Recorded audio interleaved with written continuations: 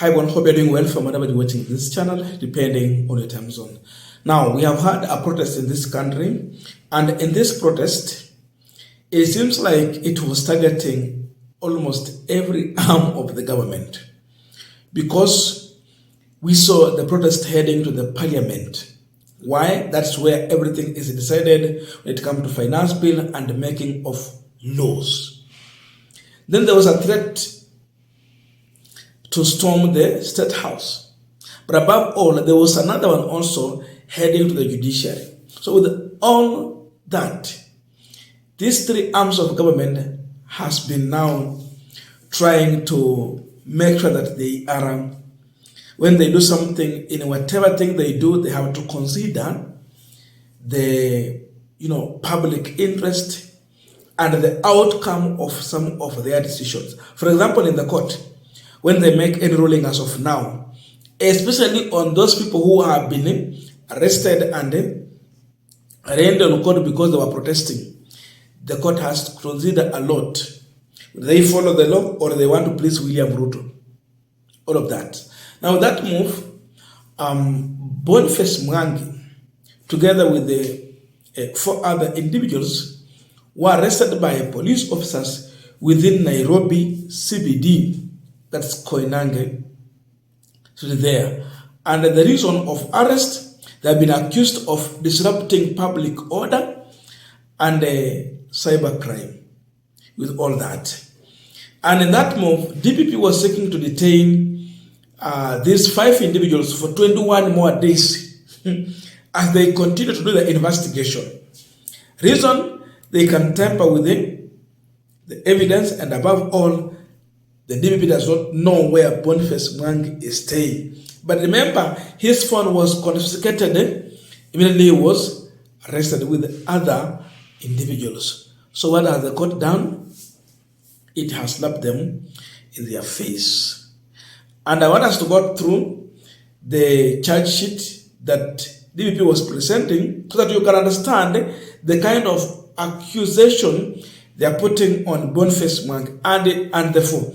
And you're going to realize that this is politically motivated kind of move by the government. They're just trying to hold on everyone and blame everyone that you are funding this protest. The government has just been caught in an awkward situation whereby now they are forcing everyone that they just put accusation on everyone. You are funding the protest. You are funding. Walieka pale Gachagua, wakatoa Gachagua. Keka pale watu wengine, Ford Foundation, Mara NGOs and all that. Mwangi is an activist. So finally they are looking at them. Who is funding you guys? Now this is the charge sheet here. Take notice that the Honorable Court shall be moved on 26th day of July 2024 in their afternoon or soon thereafter, as the matter may be reached for hearing of application on the part of application for orders. By the way, I had forgotten. Here are the individuals: Robert Otieno, first respondent; Albert Mwambungu, second respondent; Pablo Chacha, third respondent; Boniface Mwangi, 4th respondent, and Erod Franco, 5th respondent. Ndio hawa.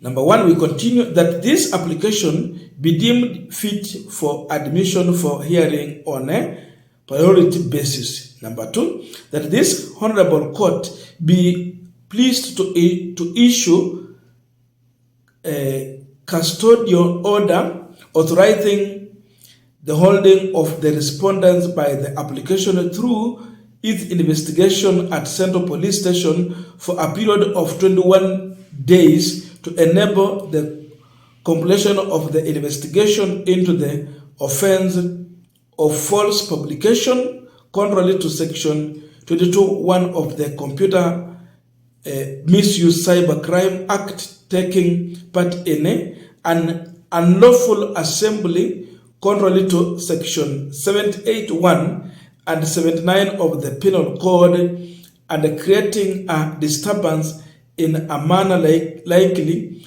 to cause a breach of the peace contrary to section 91(1)(b) of the Penal Code. Meona hiyo maneno? Offenses yake false publication ya habari. Ni habari gani hiyo?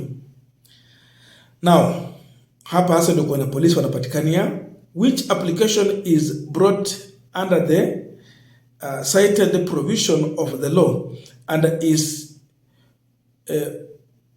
premised on grounds, number 1, that I am a police officer within the meaning of the National Police Service Act Chapter 84 Law of Kenya and authorized to swear in this affidavit. Number 2, that I am attached to Directorate of Criminal Investigation, Nairobi Central, DCI.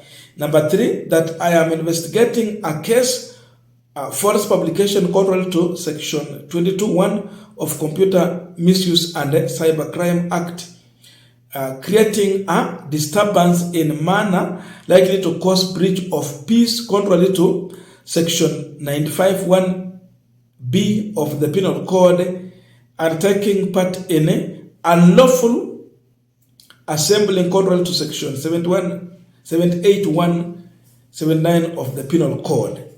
That, number 4, on 25th July 2024, around 13:30 hours of thereafter at Nairobi Central Business District along Koinange Street, and responded with the others caused a breach of peace and involved inconveniencing of the road users by blocking the road, by placing one white coffin and 7 white crosses with the name inscribed on them.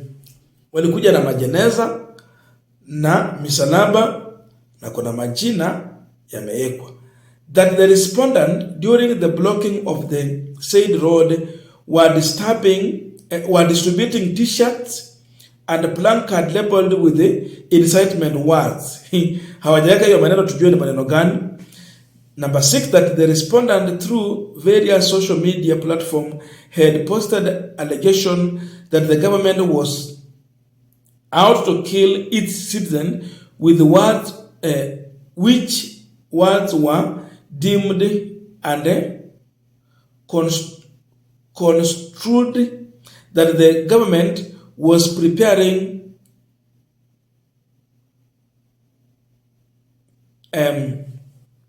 extrajudicial killing, post which incited members of the public, causing a breach of peace.